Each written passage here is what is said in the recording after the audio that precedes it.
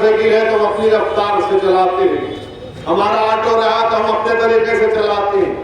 और हद तो ये हो गई कि कल बीजेपी के लोगों ने एक कार्टून बनाया और कार्टून बनाकर ये कहा कि असदुद्दीन ओवैसी काजी हैं, वो बीआरएस और कांग्रेस की शादी कराने वाले हैं।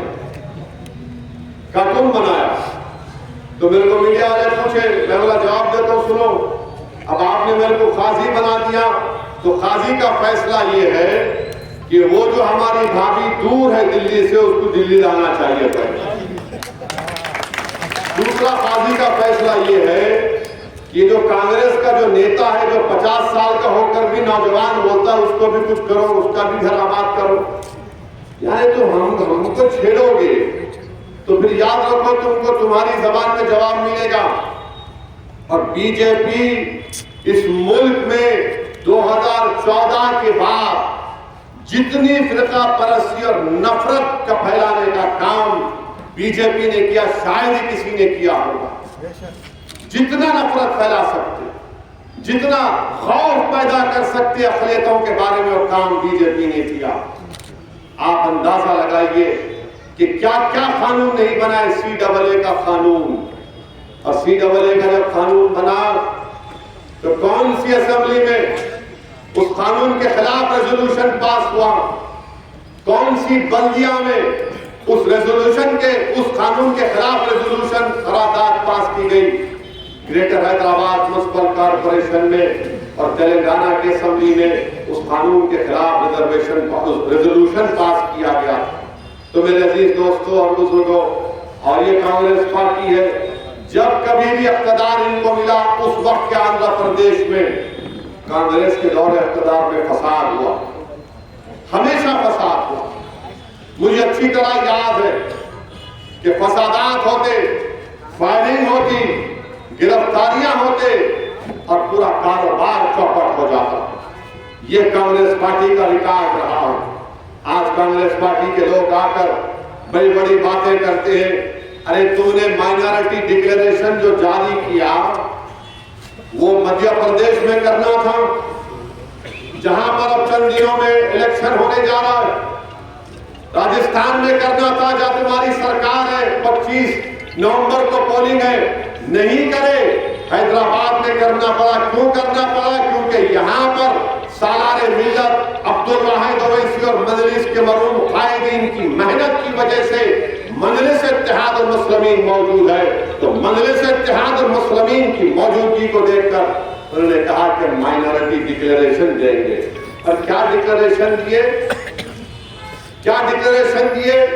अरे तुमको यह भी नहीं मालूम कांग्रेस पार्टी के अहमकों कि कॉन्स्टिट्यूशन में, आइन में लफ्ज माइनॉरिटी एक कॉन्स्टिट्यूशनल वर्ड है, एक आईनी लफ्ज है, जिसका जिक्र आर्टिकल 30 में किया गया कि मजहबी माइनॉरिटी, लिसानी माइनॉरिटी का जिक्र किया। ये माइनॉरिटी को ओबीसी से मिला दिया। माइनॉरिटी के नाम पर ओवरसीज स्कॉलरशिप मिलती है। माइनॉरिटीज के नाम पर टेमरिस्ट के स्कूल मजलिस के नुमाइंदगी पर खोले गए 201, जिसमें 1,80,000 गरीबों के बच्चे और बच्चियां पढ़ती हैं बिल्डिंग में। ये माइनॉरिटीज को मिला खत्म करके ओबीसी लाना चाह रहे। अरे ओबीसी का जिक्र आर्टिकल 15 में हुआ, माइनॉरिटीज का जिक्र आर्टिकल 30 में हुआ। दोनों फंडामेंटल राइट्स में आते हैं, चैप्टर 3 में आते हैं।